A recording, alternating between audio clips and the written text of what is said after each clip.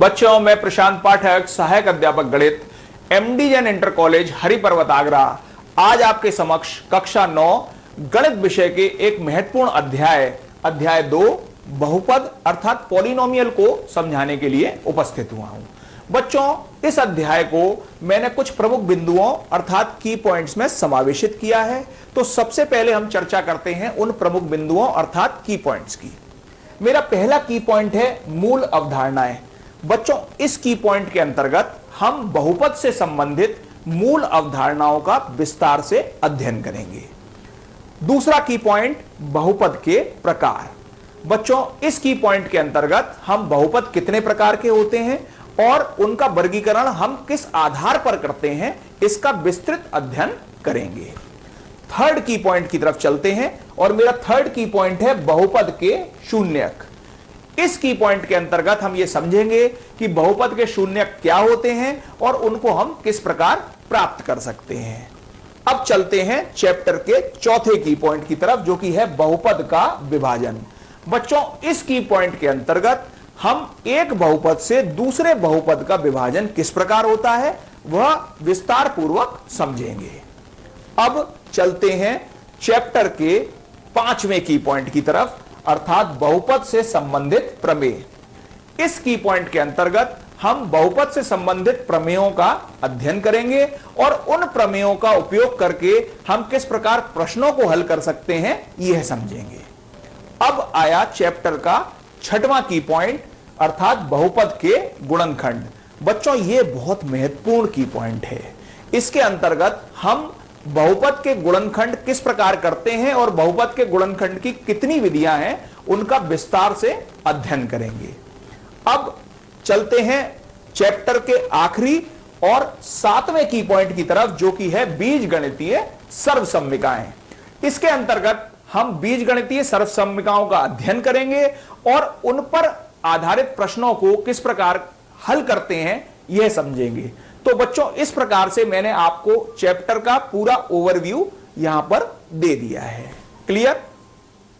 चलिए बच्चों, स्टार्ट करते हैं अपना चैप्टर और चलते हैं चैप्टर के पहले की पॉइंट की तरफ, जो कि है मूल अवधारणाएं अर्थात बेसिक कॉन्सेप्ट। बच्चों, बेसिक कॉन्सेप्ट के अंतर्गत मैं आपको सबसे पहले कुछ ऐसे तथ्यों से अवगत करा रहा हूं जिनका अध्ययन आपने पूर्व की कक्षाओं में किया हुआ है, परंतु बहुपद को समझने के लिए इनका पुनः अवलोकन आवश्यक है। ए, अचर राशियां या कांस्टेंट टर्म्स। ऐसी राशियां जिनका मान स्थिर रहता है अचर राशियां कहलाती हैं। सभी संख्यात्मक मान अचर राशि की श्रेणी में आते हैं। उदाहरण मैंने यहां दिए हुए हैं 5, -3/2, 2/1/4, 17, ये सभी अचर राशियों के उदाहरण हैं। इसके बाद बच्चों हम चलेंगे बी, चर राशियां या वेरिएबल टर्म्स। ऐसी राशियां जिनका मान पृथक स्थानों पर पृथक होता है चर राशियां या वेरिएबल टर्म्स कहलाते हैं। इन्हें चिन्हों और अक्षरों के माध्यम से प्रदर्शित करते हैं। उदाहरण x, y, z इत्यादि, ये सभी चर राशियों के उदाहरण हैं। आपने पूर्व की कक्षाओं में जब एक चर वाले रैखिक समीकरण हल किए तो आपने देखा होगा कहीं x का मान 5 आता है, कहीं x का मान 3 आता है। तो चर राशियां अलग अलग स्थान पर अलग अलग प्रतिबंध के अनुरूप अलग अलग मान देती हैं। क्लियर हो गई बात? अब बच्चों सी चल रहे हैं हम बीजीय व्यंजक यानी एल्जेब्रिक एक्सप्रेशंस की तरफ। ऐसे व्यंजक जिनमें अचर एवं चर विभिन्न संकर्मों जैसे गुणा, योग, भाजन, घटाना द्वारा जुड़े रहते हैं, बीजीय व्यंजक यानी एल्जेब्रिक एक्सप्रेशन कहलाते हैं। उदाहरण मैंने आपको यहां दिए हुए हैं। पहला उदाहरण देखिए, x + 3। यहां पर x आपकी चर राशि है और 3 आपकी अचर राशि है और ये दोनों इस धनात्मक चिन्ह से जुड़े हुए हैं। तो ये हमारा एल्जेब्रिक एक्सप्रेशन यानी बीजीय व्यंजक हो गया। इसी प्रकार y² + 3y + 5 भी एक बीजीय व्यंजक है। 5/z ये भी आपका एक बीजीय व्यंजक है। नंबर 4 पर देखिए 3√x+5, यह भी एक बीजीय व्यंजक का उदाहरण है। तो बच्चों ये 3 तथ्य आपने भली प्रकार से समझ लिए होंगे। क्लियर? चलिए बच्चों अब हम चलते हैं अपने डी पॉइंट पर, और हमारा डी पॉइंट है बहुपद अर्थात पॉलिनोमियल। क्या होते हैं बहुपद? ऐसे बीजीय व्यंजक जिनमें चर राशि की घात एक ऋणेतर पूर्णांक हो, उनको हम बहुपद अर्थात पॉलिनोमियल्स कहते हैं। बच्चों ध्यान देना है, चर राशि की घात एक ऋणेतर पूर्णांक होनी चाहिए। उदाहरण से आपको समझाता हूं। देखिए यहां पर उदाहरण दिया हुआ है 3x-5। अब ध्यान से देखिए, यहां चर राशि x है, इसकी घात क्या है? 1, जो कि एक ऋणेतर पूर्णांक है, नॉन नेगेटिव इंटीजर है। इसी तरीके से 3x² - 2x - 5 में आप देखेंगे कि चर राशि की घात यहां कितनी है? 2, यहां है 1। ठीक, तो चर राशि की घात ऋणेतर पूर्णांक है। तो ये सभी उदाहरण आपको बहुपद के दिए हुए हैं। अब ध्यान से समझना है बहुपद कहां नहीं होगा। देखिए 5/z और 3√x+5 बहुपद नहीं है। क्यों नहीं है इसको समझते हैं ध्यान से। 5/z को जब आप सॉल्व करेंगे तो ये हो जाएगा 5z⁻⁻1, क्योंकि z जब हर से अंश में जाएगा तो जो धनात्मक इसकी जो घात थी वो ऋणात्मक हो जाएगी, और यहां z की घात ऋणात्मक हो गई, जबकि हमसे कहा गया था कि वेरिएबल की जो घात है वो ऋणात्मक नहीं होनी चाहिए। तो ये आपका बहुपद नहीं होगा। इसी प्रकार से 3√x+5 में आप देखिए वेरिएबल यानी चर राशि क्या है? x, और √x का मतलब हुआ x की घात 1/2। यहां x की घात पूर्णांक नहीं है, तो इसलिए यह भी बहुपद नहीं होगा। बच्चों एक चीज और आपको ध्यान से समझनी है, यहां पर भी देखिए √2 लगा हुआ है। आप कहेंगे रूट तो यहां भी लगा है, फिर यह बहुपद कैसे हो गया? यहां रूट लगा हुआ है अचर राशि पर, ना कि चर राशि पर, इसलिए इस रूट का कोई महत्व नहीं है। तो इस प्रकार बहुपद आपको बच्चों समझ में आ गया होगा। क्लियर? चलिए बच्चों अब हम चलते हैं अपने ई पॉइंट की तरफ, और हमारा ई पॉइंट है बहुपद के पद एवं पद के गुणांक। क्या होते हैं बहुपद के पद और पद के गुणांक, यह समझेंगे। बहुपद के पद वह होते हैं जो केवल धनात्मक चिन्ह द्वारा संबंधित होते हैं। ठीक है बच्चों? इसी प्रकार बहुपद के किसी पद का गुणांक वह संख्यात्मक मान होता है जिसका उस पद में गुणा हो रहा होता है। एक एग्जाम्पल के माध्यम से हम समझेंगे तो आपको बिल्कुल क्लियर समझ में आ जाएगा। देखिए यहां उदाहरण लिया हुआ है मैंने, बहुपद 3x⁴ - 5x³ + 2x² - 4x + 7 दिया हुआ है। तो समझेंगे बहुपद के पद किस प्रकार हम निकालते हैं। देखिए आपको कहा गया था बहुपद के पद धनात्मक चिन्ह द्वारा संबंधित होते हैं, तो मैं इसमें कन्वर्जन कर रहा हूं, ध्यान से देखिए।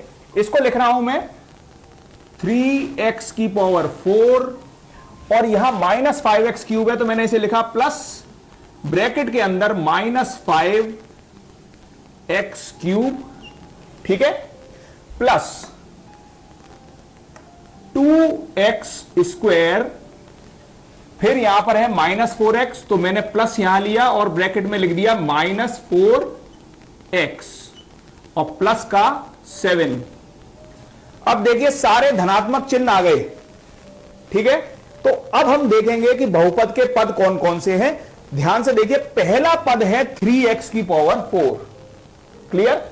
दूसरा पद -5x³, इसी प्रकार तीसरा पद 2x² होगा, चौथा पद हमारा होगा -4x, और पांचवां पद हमारा है 7।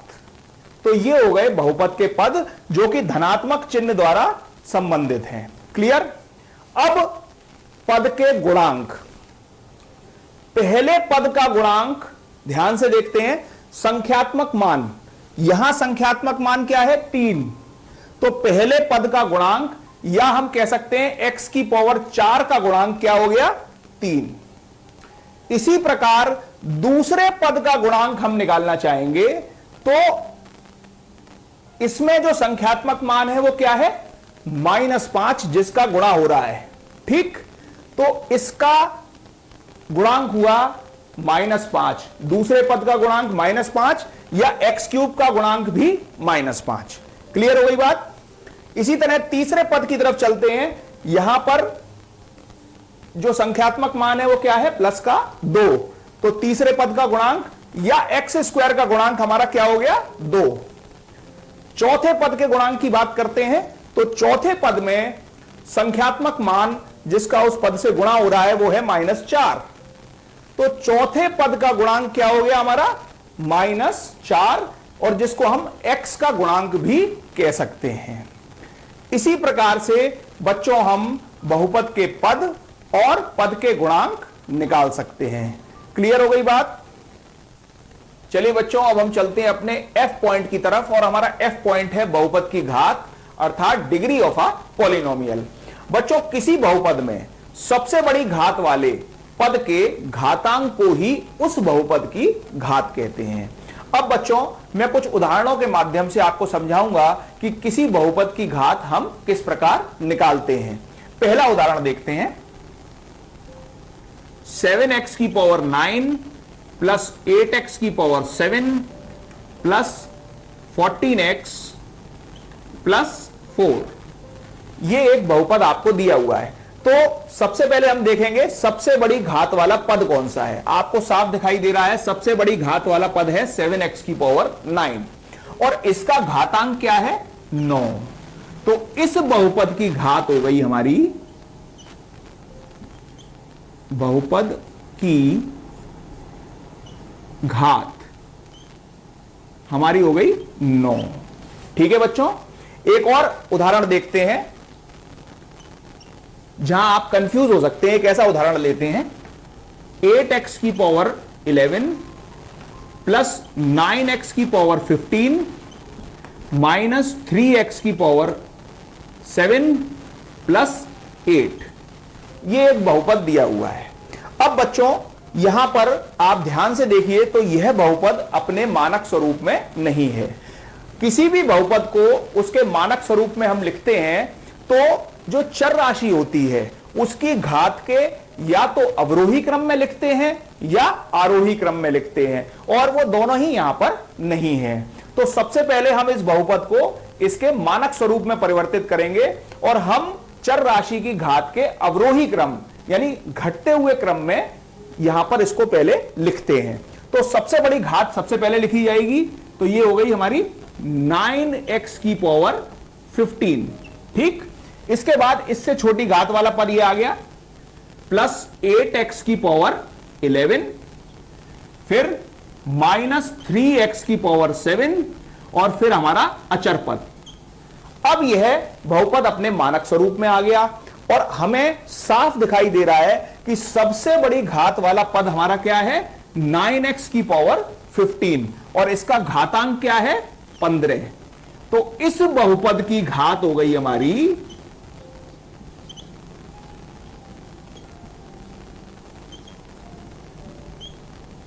कितनी हो गई, 15। ठीक है, तो बच्चों इस प्रकार हम बहुपद की घात को निकाल सकते हैं। क्लियर। आइए बच्चों, अब हम चलते हैं अपने सेकंड की पॉइंट पर, और हमारा सेकंड की पॉइंट है बहुपद के प्रकार यानी टाइप्स ऑफ पॉलिनोमियल्स। सबसे पहले हम पदों के आधार पर वर्गीकरण करेंगे, यानी classification on the basis of terms. बच्चों, पहला है हमारा एक पदी बहुपद यानी मोनोमियल। ऐसे बहुपद जिनमें केवल एक ही पद होता है एक पदी बहुपद या मोनोमियल कहलाते हैं। देखिए उदाहरण देखते हैं, 4x की पावर 24, 3x की पावर 17, 2x स्क्वायर 4, सभी बहुपदों में आप देखिए पदों की संख्या केवल एक है, तो ये एक पदी बहुपद के उदाहरण हो गए। चलते हैं दूसरे प्रकार के बहुपद पर, जो कि है द्विपदी बहुपद। ऐसे बहुपद जिनमें दो पद होते हैं उनको द्विपदी बहुपद या बाइनोमियल कहते हैं। उदाहरण देखिए मैंने यहां पर दिए हुए हैं, 2x स्क्वायर प्लस 7 पदों की संख्या 2, इसी प्रकार 3x प्लस 4, इसमें भी पदों की संख्या कितनी है, 2। तो ये हमारे द्विपदी बहुपद यानी बाइनोमियल के उदाहरण हो गए। अब चलते हैं तीसरे प्रकार के बहुपद की तरफ, और वह है हमारा त्रिपदी बहुपद यानी ट्राइनोमियल। ऐसे बहुपद जिनमें 3 पद होते हैं उनको त्रिपदी बहुपद हम कहते हैं। यहां उदाहरण दिए हुए हैं मैंने, देखिए 4x² + 3x + 2, पदों की संख्या कितनी है 3, तो ये त्रिपदी बहुपद हो गया। इसी प्रकार 7x⁷ + 9x³ + 2, इसमें भी पदों की संख्या कितनी है 3, तो ये भी एक त्रिपदी बहुपद का उदाहरण है। तो बच्चों इस प्रकार हमने पदों के आधार पर बहुपद के प्रकार यहां पर जाने। क्लियर? आइए बच्चों अब हम समझते हैं बहुपद के प्रकार घातों के आधार पर, यानी types of polynomial on the basis of their degree. सबसे पहले है हमारा रैखिक बहुपद या लीनियर पॉलिनोमियल। बच्चों घात 1 का बहुपद रैखिक बहुपद या लीनियर पॉलिनोमियल कहलाता है। यहां मैंने उदाहरण दिए हुए हैं 4x + 1, 15x, ये दोनों ही बहुपद की घात 1 है, तो ये रैखिक बहुपद के यानी लीनियर पॉलिनोमियल के उदाहरण हो गए। क्लियर? अब चलते हैं दूसरे प्रकार के बहुपद की तरफ, जो कि हमारा है द्विघात बहुपद यानी क्वाड्रेटिक पॉलिनोमियल। बच्चों घात 2 का बहुपद द्विघात बहुपद या क्वाड्रेटिक पॉलिनोमियल कहलाता है। इनके भी उदाहरण समझते हैं। देखिए 2 पॉलिनोमियल यहां पर मैंने आपको दिखाए हैं, 3x² + 4x + 1 और 4x² + 7। इन दोनों ही बहुपदों की घात कितनी है 2, तो ये हमारे द्विघात बहुपद यानी क्वाड्रेटिक पॉलिनोमियल के उदाहरण हो गए। क्लियर? अब चलते हैं तीसरे प्रकार के बहुपद की तरफ, जो कि है त्रिघात बहुपद या क्यूबिक पॉलिनोमियल। बच्चों घात 3 का बहुपद त्रिघात बहुपद कहलाता है। उदाहरण देखते हैं 7x³ + 2x + 1 और 8x³, इन दोनों ही बहुपद की घात कितनी है 3, तो ये दोनों ही त्रिघात बहुपद के उदाहरण हैं। क्लियर हो गया? अब चलते हैं अपने चौथे प्रकार के बहुपद की तरफ, जो कि है चतुर्थ घात बहुपद यानी बाई क्वाड्रेटिक पॉलिनोमियल। बच्चों घात 4 का बहुपद चतुर्थ घात बहुपद या बाई क्वाड्रेटिक पॉलिनोमियल कहलाता है। इसके भी उदाहरण देखते हैं। देखिए 2 बहुपद हमने यहां पर दिखाए हुए हैं। पहला है 7x⁴ + 3x³ और दूसरा है 4/7x⁴ - 3x + 2। इन दोनों ही बहुपद की घात कितनी है 4, तो ये चतुर्थ घात बहुपद यानी बाई क्वाड्रेटिक पॉलिनोमियल के उदाहरण हो गए। क्लियर हो गया बच्चों? आइए बच्चों अब हम बहुपद के प्रकार के अंतर्गत समझते हैं अचर बहुपद यानी कांस्टेंट पॉलिनोमियल को। ऐसा बहुपद जिसमें केवल एक अशून्य अचर पद होता है अचर बहुपद या कांस्टेंट पॉलिनोमियल कहलाता है। यहां मैंने आपको उदाहरण दिए हुए हैं। देखिए पहला उदाहरण है 3 और दूसरा उदाहरण दिया हुआ है -5। ये दोनों ही अचर बहुपद हैं। अब एक और महत्वपूर्ण बात आपको बतानी है। 3 को हम अगर लिखना चाहें तो ऐसे लिख सकते हैं 3x⁴, क्योंकि किसी भी चर राशि की घात 0 जो होती है उसका मान होता है 1। ठीक है, इसी प्रकार मैं किसी और चर राशि को यहां लेता हूं तो -5 को लिख रहा हूं -5y की घात 0, y⁴। यह मैं आपको इसलिए लिखकर बता रहा हूं कि आपको यह समझाना है कि अचर बहुपद की जो घात होती है वो 0 होती है। इस तरह से ये अचर बहुपद आपको समझ में आ गए होंगे। अब चलते हैं बच्चों शून्य बहुपद यानी जीरो पॉलिनोमियल की तरफ। ऐसे बहुपद जिनमें सभी गुणांक 0 होते हैं शून्य बहुपद कहलाते हैं। उदाहरण समझिए, यहां मैंने उदाहरण दिया हुआ है 0x² + 0x + 0। इस बहुपद के सभी गुणांक 0 हैं, तो यह शून्य बहुपद या जीरो पॉलिनोमियल कहलाता है। तो इस प्रकार से बच्चों हमने सभी बहुपद के प्रकार यहां पर समझ लिए। क्लियर? आइए बच्चों अब हम करते हैं प्रमुख बिंदु 1 तथा 2 पर आधारित कुछ प्रश्न। पहले प्रश्न को देखते हैं। निम्नलिखित व्यंजकों में से बहुपद छांटकर लिखिए। यहां पर 5 बीजीय व्यंजक हमको दिए हुए हैं और हमें यह बताना है इनमें से कौन से बहुपद हैं और कौन से बहुपद नहीं है। बच्चों, जैसा कि हम जानते हैं कि ऐसे बीजीय व्यंजक जिनमें चर राशि की घात एक ऋणेतर पूर्णांक यानी नॉन नेगेटिव इंटीजर हो वह बहुपद कहलाते हैं। इसी प्रतिबंध के आधार पर अब हम जांच करते हैं। पहले बीजीय व्यंजक में देखते हैं, चर राशि x की घात यहां 2 है, यहां पर x की घात 1 है और दोनों ही घात ऋणेतर पूर्णांक हैं, अतः यह बीजीय व्यंजक आपका बहुपद होगा। बहुपद हो गया ये। अब चलते हैं दूसरे बीजीय व्यंजक की तरफ, जो कि है हमारा y² प्लस √2। यहां पर चर राशि है y और इसकी घात कितनी दी हुई है 2, जो कि एक ऋणेतर पूर्णांक है, इसलिए यह भी हमारा बहुपद हो गया। चलते हैं तीसरे बीजीय व्यंजक की तरफ, जो कि हमारा है 3√t प्लस t√2। अब इसको हल करते हैं तो ये हो गया 3√t को हम लिखेंगे t की घात 1/2 प्लस t√2।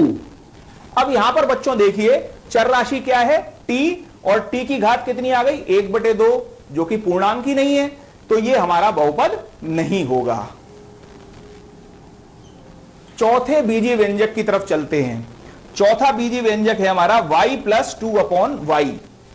इसको भी हल करते हैं तो हम लिखेंगे y प्लस 2 और इस y को हर से अंश में ले जाएंगे तो इसकी घात हो जाएगी -1। अब बच्चों यहां पर जो चर राशि है इसकी यहां पर y की घात 1 है, लेकिन यहां y की घात -1 हो गई, जो कि ऋणेतर पूर्णांक नहीं है, इसलिए यह भी हमारा बहुपद नहीं होगा। यह बहुपद नहीं है। अब चलते हैं पांचवें बीजीय व्यंजक की तरफ, जो कि हमारा है x की घात 10 प्लस y की घात 3 प्लस t की घात 50। यहां पर बच्चों एक चीज महत्वपूर्ण आप देखिए, यह एक चर का बहुपद नहीं है। अभी तक हम जितने बहुपदों को देखते आए वो एक चर वाले बहुपद थे, लेकिन यहां एक से अधिक चर का बहुपद है। परंतु चर राशि की घात यहां पर 10 है, यहां पर 3 है और यहां पर 50 है, और तीनों ही घात ऋणेतर पूर्णांक हैं, इसीलिए यह हमारा बहुपद होगा।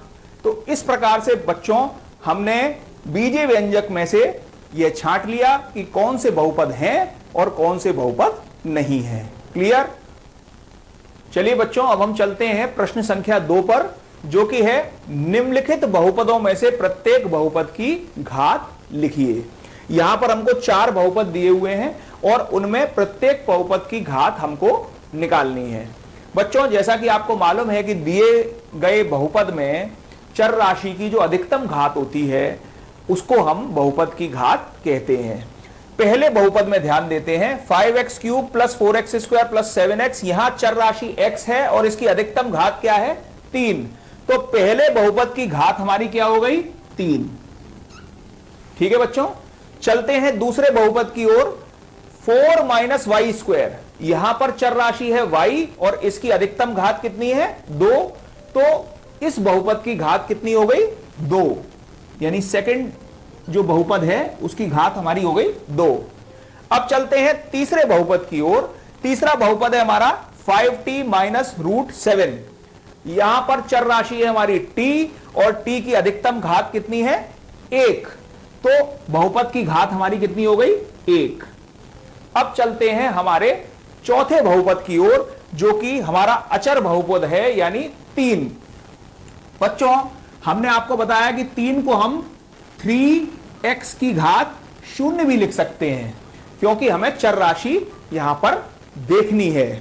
तो यहां पर चर राशि की अधिकतम घात कितनी है 0, तो इस अचर बहुपद की घात कितनी हो गई 0। तो बच्चों इस प्रकार हम दिए हुए बहुपद में बहुपद की घात निकाल सकते हैं। क्लियर हो गई बात? चलिए बच्चों अब हम चलते हैं अपने तीसरे प्रश्न की तरफ, और हमारा तीसरा प्रश्न है 35 घात के द्विपदी तथा 100 घात के एक पदी का एक एक उदाहरण लिखिए। बच्चों 35 घात के द्विपदी बहुपद का अर्थ हुआ ऐसा बहुपद जिसकी घात 35 हो और उसमें पदों की संख्या 2 हो। तो ऐसा बहुपद का उदाहरण मैं आपको लिख के बता रहा हूं, 7x की घात 35 प्लस 11। यह हुआ हमारा 35 घात का द्विपदी बहुपद। ऐसे अन्य उदाहरण भी आप लिख सकते हैं। अब चलते हैं 100 घात का एक पदी बहुपद। इसका अर्थ हुआ ऐसा बहुपद जिसकी घात 100 हो और उसमें एक ही पद हो। तो मैं ऐसे बहुपद का उदाहरण लिख रहा हूं, 25t की घात 100। यह 100 घात का एक पदी बहुपद का उदाहरण हो गया। इसी प्रकार अन्य उदाहरण भी आप लिख सकते हैं। तो बच्चों, इस प्रकार हमने तीसरा प्रश्न हल कर लिया। क्लियर? आइए बच्चों, अब हम करते हैं अपना चौथा प्रश्न। और चौथे प्रश्न में बच्चों हमको कुछ बहुपद दिए हुए हैं और हमें यह बताना है कि इनमें से कौन सा बहुपद रैखिक है, कौन सा द्विघाती और कौन सा त्रिघाती। बच्चों, जैसा कि आप जानते हैं कि एक घात वाला बहुपद रैखिक बहुपद होता है, 2 घात वाले बहुपद द्विघाती बहुपद होते हैं और 3 घात वाले बहुपद त्रिघाती बहुपद होते हैं। अब इन्हीं प्रतिबंधों के अनुसार हम इनकी जांच करेंगे। पहला बहुपद देखते हैं, इसकी घात कितनी है? 2। तो ये हो गया हमारा द्विघाती बहुपद। ठीक है।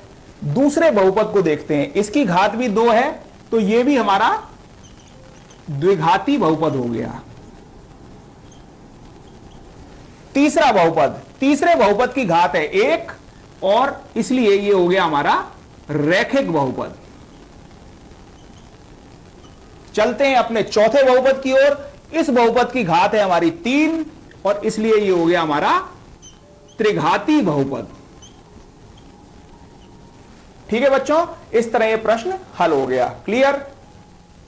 बच्चों, इस प्रकार बहुपद अध्याय के भाग 1 में हमने प्रमुख बिंदु 1 मूल अवधारणाएं तथा प्रमुख बिंदु 2 बहुपद के प्रकार से संबंधित सभी तथ्यों का अध्ययन किया। अब इन्हीं तथ्यों के आधार पर मैंने आपको कुछ अभ्यास प्रश्न दिए हैं जो आपको हल करने हैं। इसके अलावा बच्चों, आपको उत्तर प्रदेश माध्यमिक शिक्षा विभाग के YouTube चैनल को भी सब्सक्राइब करना है, जिससे आप हमारे लेक्चर बाद में भी देख और सुन सकते हैं। थैंक यू बच्चों।